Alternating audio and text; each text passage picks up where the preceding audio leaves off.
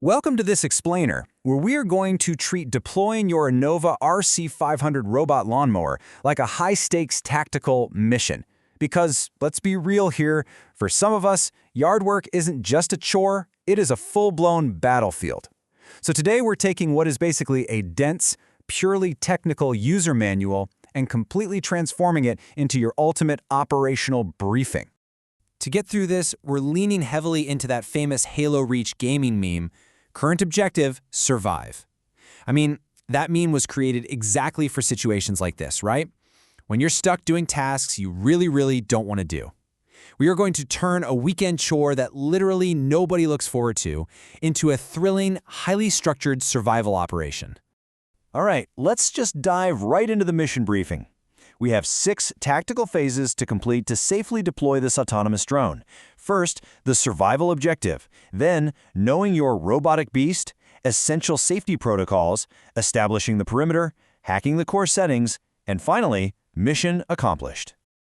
Okay, phase 1, the survival objective, your new automated reality. Look, this isn't just about cutting grass anymore. It's about introducing a piece of highly autonomous machinery into your personal space. Deploying this equipment's safety requires your absolute utmost attention. Meet our primary operative, the Innova RC500. Just taking in its low-profile chassis and those rugged treads, you can immediately tell this device was engineered to navigate tough terrain and execute its mission with absolute, relentless efficiency. Honestly, it looks way less like a lawnmower and more like a planetary rover. Moving right along to phase 2. Know your robotic beast, assessing the threat level. We really need to understand the raw numbers behind this hardware to build a profile of our highly capable autonomous servant. You're dealing with immense raw power here, folks. We're talking a 20-volt maximum lithium-ion battery that is tasked with pushing concealed razor-sharp blades at a staggering 2,800 revolutions per minute. To put that in perspective, this machine is rated to patrol a 500-square-meter combat zone, and it's cutting a 180-millimeter swath through the terrain on every single pass. Which brings us to phase 3, essential safety protocols, rules of engagement. So, with such immense rotational power and autonomy comes the absolute necessity for strict safety protocols. We need complete adherence to the rules of engagement if you want to survive this mission with all your toes intact. The official manual is packed with these dire warnings that perfectly match our survival theme. It constantly reminds you, the operator, to never ever put your hands or feet near the rotating parts or the discharge opening. It also hammers home the need to meticulously monitor the battery.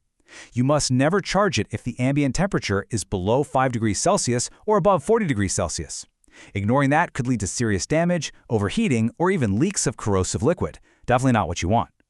Now, as you dig deeper into the specs, you'll also uncover some classified jargon like IPX5 protection. So what does that actually mean for your operation? Well, it basically guarantees that your drone can survive the hostile, wet environment of your automated sprinkler system. It resists sustained, low-pressure water jets, meaning a bit of light rain or some rogue sprinklers absolutely won't compromise the mission. All right, phase 4, establishing the perimeter, drawing the battle lines. With the beast fully understood and our safety protocols firmly in place, it's time to physically lock down the operational area. We definitely don't want our drone going rogue and mowing the neighbor's driveway. So to secure the area, you must assemble your survival loadout. The manual's required tools list features some incredibly intense hardware, specifically a completely ordinary pair of household scissors and a standard hammer. It's kind of a funny contrast, right? The ultra-high-tech nature of the drone paired with these basic analog tools. But trust me, they are absolutely critical for securing the perimeter. This tactical blueprint is your guide. It shows you exactly how to route the 130 meters of perimeter wire that comes in the box. If you map it out right, the wire creates these crucial safe zones. You're essentially cutting out little islands around high-value targets, like trees, bushes, or maybe your prize-winning petunias, ensuring the drone avoids them entirely. Executing this perimeter setup requires absolute precision. According to the intel, you must maintain exactly a 30-centimeter buffer from the edge of your mowing zone. You have to place your fastening pegs exactly 80 centimeters apart to keep that wire totally taut. And finally, when you're connecting it to the charging base, you must carefully hardwire the red terminal to the outside and the black terminal to the inside. If you reverse this, it could completely scramble the drone's navigation and send it directly into enemy territory. Almost there. Phase 5, hacking the core settings, diffusing the system. The perimeter is fully secure, which means we now have to interface with the mainframe to program the drone's attack schedule.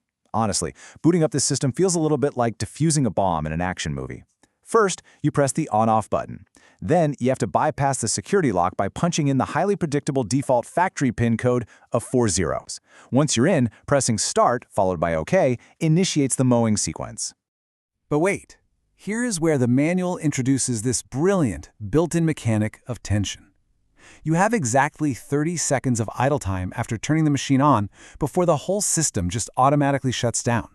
If you don't input your commands quickly enough, it goes completely dark. It adds this incredible artificial tension to your programming run. You've got to be fast, be precise, and know exactly what you want to input. And to truly secure your drone from neighborhood infiltration or, just curious kids, you absolutely cannot leave it on 4 zeros. To overwrite that factory pin with your own classified code, you'll need to hold down the 2 Y buttons simultaneously for 3 seconds. The screen will flash pin 1, prompting you to input the old code.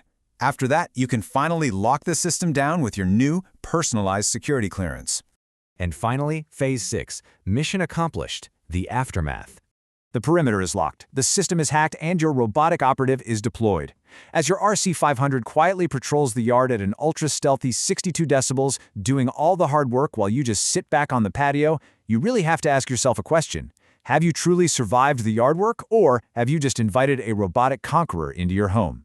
Thanks for joining me on this operation, everyone. Keep your batteries charged, mind the perimeter, and I will see you in the next explainer.